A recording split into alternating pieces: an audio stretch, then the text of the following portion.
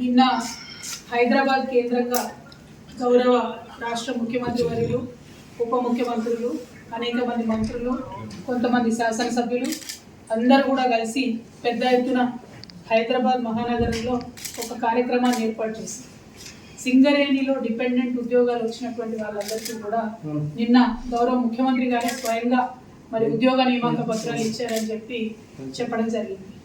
వాస్తవానికి ఇది ఎంత సిగ్గుచేటంటే ఈ కాంగ్రెస్ పార్టీ యొక్క ట్రేడ్ యూనియన్ ఏదైతే ఉంటుందో వాళ్ళ సంతకాలతోని, ఏఐటియుసి సంతకాలతోని, తెలుగుదేశం పార్టీ ట్రేడ్ యూనియన్ సంతకాలతోని జాతీయ రాష్ట్రీయ ట్రేడ్ యూనియన్లు అన్నీ కలిపి ఆనాడు డిపెండెంట్ ఉద్యోగాలను కూడగొడితే కేసీఆర్ గారు వచ్చి డిపెండెంట్ ఉద్యోగాలు ఇచ్చి 20,000 నియామకాలు జరపడం జరిగింది.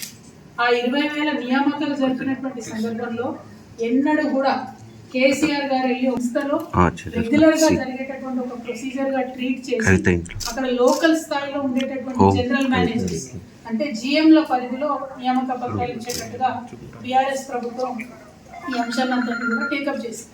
కానీ ఇప్పుడున్నటువంటి గౌరవ ముఖ్యమంత్రి వర్యులు జిఎం స్థాయిలో చేయాల్సినటువంటి పనిని హైదరాబాద్కి తీసుకొచ్చి పైగా గొప్పలు చెప్పుకోవడం, మేము కొత్తగా సింగరేణిలో 400 ఉద్యోగాలు ఇచ్చినాము. నిజంగా సిగ్గుచేటు, అబద్ధాలు చెప్పి అధికారంలోకి వచ్చినారు. అక్కడ వరకు క్షమించొచ్చాము. ఆనాడు ఏది పడితే అది మాట్లాడితే ప్రజల్ని మభ్యపెట్టి అధికారంలోకి వస్తే అక్కడ వరకు క్షమించవచ్చు.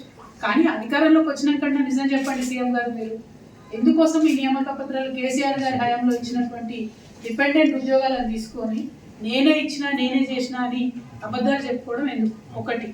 రెండు, మీరు మొత్తం ఉద్యోగాల గురించి మాట్లాడుతూ ఉన్నారు సింగరేణిలో, దీనివల్ల ఏదో రాజకీయ ప్రయోజనం పొందినాం మేమని చెప్తా ఉన్నారు.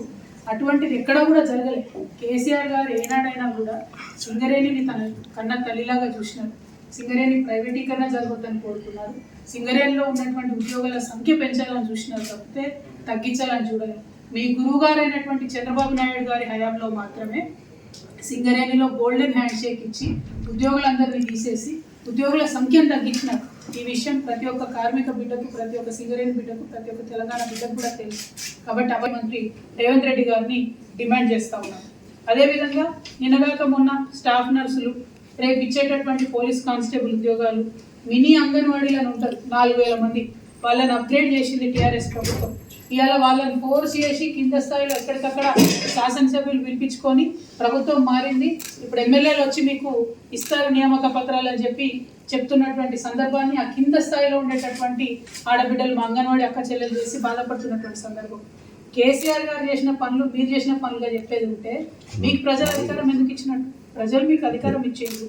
కాబట్టి కొత్త పనులు చేయండి, మంచి పనులు చేయండి, ప్రజలకు పనికొచ్చే పనులు చేయండి అని చెప్పి ఈ సందర్భంగా గౌరవ ముఖ్యమంత్రి వర్యులకు మేము సూచన చేస్తూ ఉన్నాం.